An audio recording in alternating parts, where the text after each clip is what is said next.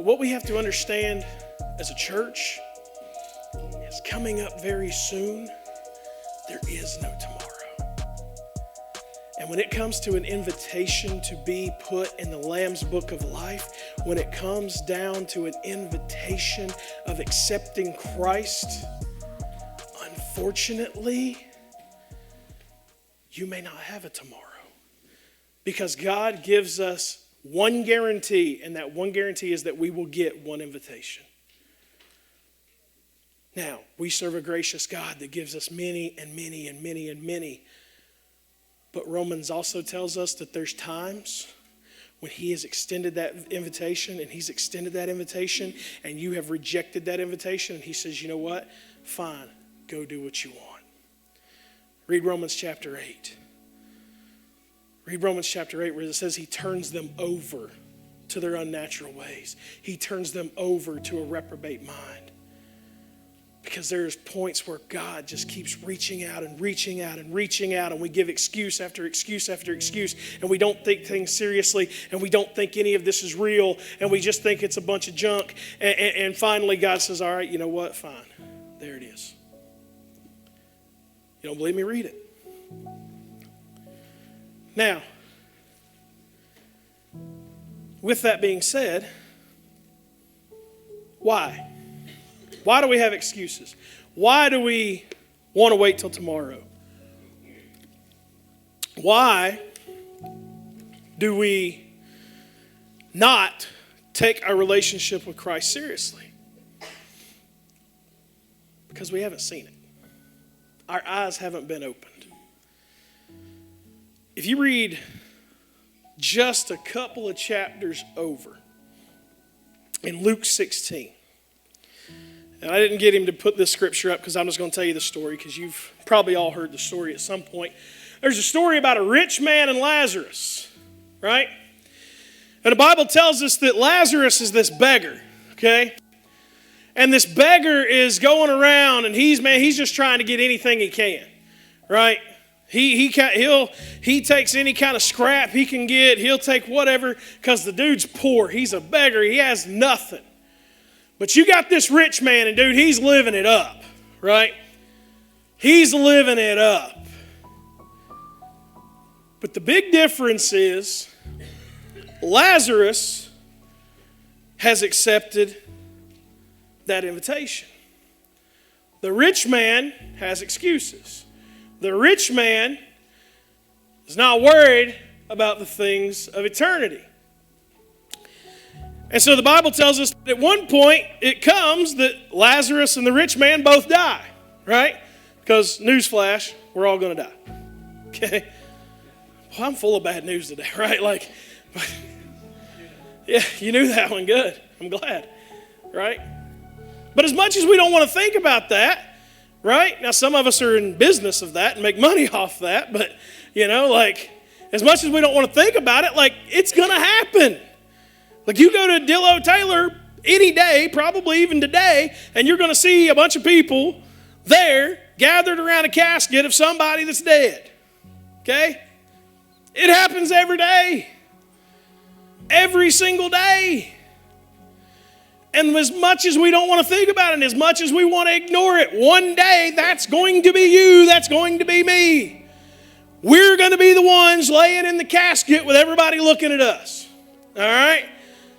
Just hope Dillo Taylor does a good enough job with me, all right? Make me look pretty. Don't let him bury me in nothing Red Sox. Make sure it's a Yankees shirt. Yeah. If I'm dead today, y'all make sure that the insurance company investigates, okay? Don't need the wife seeing dollar signs. But, we can joke about it. But it's that serious, right? It's that serious. And it happens to everybody. God is no respecter of persons. It happens to everybody. Everybody with breath at some point is going to take their last breath. Everybody. And you're going to be the one, I'm going to be the one at some point that's laying in that casket, and everybody else is going to be there at your funeral. And guess what? If your name is not on the list, you ain't getting in. The Bible tells us about the judgment. And it tells us two things about judgment. It says, enter in thy good and faithful servant. Or it says, depart from me, for I never knew you. There's not a third option. There's not an option C. There's not a do-over. There's not a, you were this close, go back, try it again. Right? It's not. But the Bible tells us in Luke 16 that the rich man lifts up his eyes from hell in torment. And you know what? Maybe I'll read it. Verse number 22, and it came to pass that the beggar died and was carried by the angels into Abraham's bosom. The rich man also died and was buried. Verse number 23, and in hell he lift up his eyes, being in torments, and seeth Abraham afar off, and Lazarus in his bosom. And he cried and said, Father Abraham, have mercy on me, and send Lazarus, that he may dip the tip of his finger in water and cool my tongue, for I am tormented in this flame. But Abraham said, Son, remember that thou in thy lifetime receivest thy good things, and likewise Lazarus evil things. But now he is comforted, and thou art tormented. And beside all this, between us and you, there is a great gulf fixed, so that they which would pass from hence to you cannot, and neither can they pass to us that would come from thence. Then he said, I pray thee, therefore, Father, that thou wouldest send him to my father's house, for I have 5 brethren, that he may testify unto them, lest they also come into this place of torment. And Abraham said unto him, they have Moses and the prophets. Let them hear them. That's pretty cut and dry. That's pretty cut and dry. He said, I'm in torment. I just want a little bit of water. Abraham says, look, there's a great gulf between us. We can't come to you and you can't come to us. Now, by the way, these are the words of Jesus. All right? These are red letter words here. All right? These are the words of Jesus. He knows a little something about heaven and hell. Okay? He's been to both places. You went, whoa, wait a minute. Jesus been to hell? Yeah, he went down there and kicked the devil straight in the teeth and got the keys to hell and the grave. That's in the book too. Belly of the earth. And oh, by the way, if you got any scientists in the building, or you got anybody that likes science, look at the belly of the earth. Look at the earth's makeup. What does it say that the very center of the earth is? Fire. It is liquid fire. Heaven help! The scientists are telling us that the belly of the earth is liquid fire, and Jesus says that hell is fire and brimstone, and we say none of this is real. But the problem is we don't have a sense of urgency. If we could get a glimpse of hell for ourselves, if we could see it for ourselves, not just what we're reading in the words that Jesus said, but if we could get a glimpse of it, just a glimpse of it, our relationship with Christ would change, because we'd have urgency, and God help us, we would be urgent about the things of Christ. And you know what else we would have? We would have anguish. We would have anguish. And you say, what do you mean about anguish? I mean, we would be anguished about the loved ones that we know that are dying and going to hell. And we would be doing everything, urgency, everything that we could do to get them gone. You see, what does the rich man say? He says, look, I get it. I'm in my place. I can't go, but I got 5 brothers. I got 5 brothers. Abraham, send somebody, go tell them. Go tell them where I am. Go tell them that I don't want them here. Go tell them they need to turn to God. And you know what Abraham says? This is Jesus talking. Okay?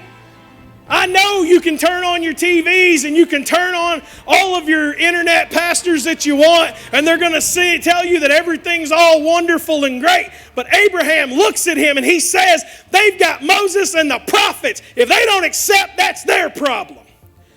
The invitation is given.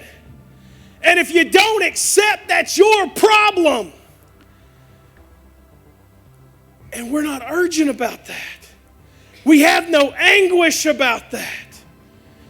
The problem that we have that makes the Christian not ready for the war that is coming with the adversary is that we have no urgency. We have no anguish. Again, back to 1 Peter, we got to be sober. We got to be more serious about our relationship with Christ. But we're not. Now, back to that urgency.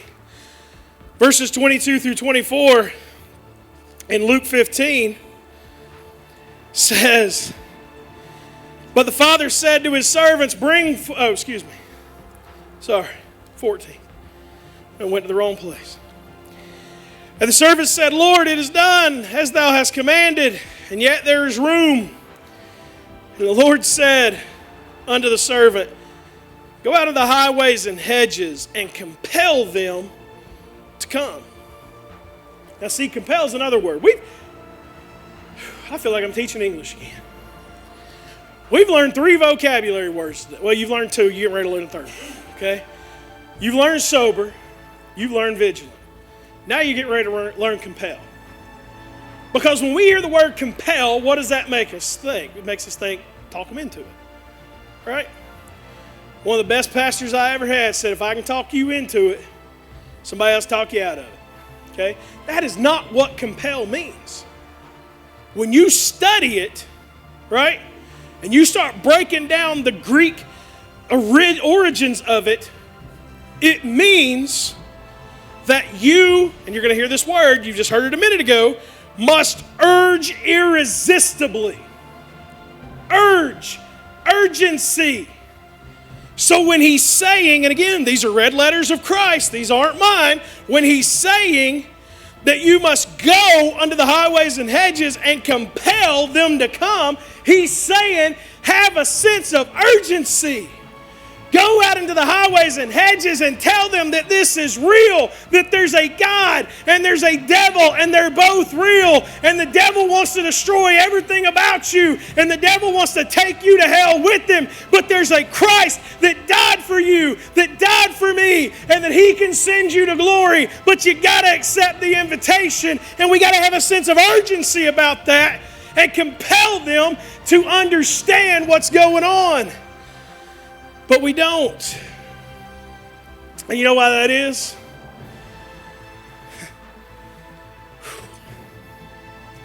You know why that is? I'm going to get fired. It's okay. You know why we aren't urgent? You know why we don't compel? Because there's nothing compelling about our testimony. We as individuals have nothing compelling to tell people. We talked about this in Sunday school. Because the church has taken as much as the world as they can get and brought it in. There's nothing different. How do I tell you that your life without Christ is going to send you to hell when I'm living the same way? It don't make any sense.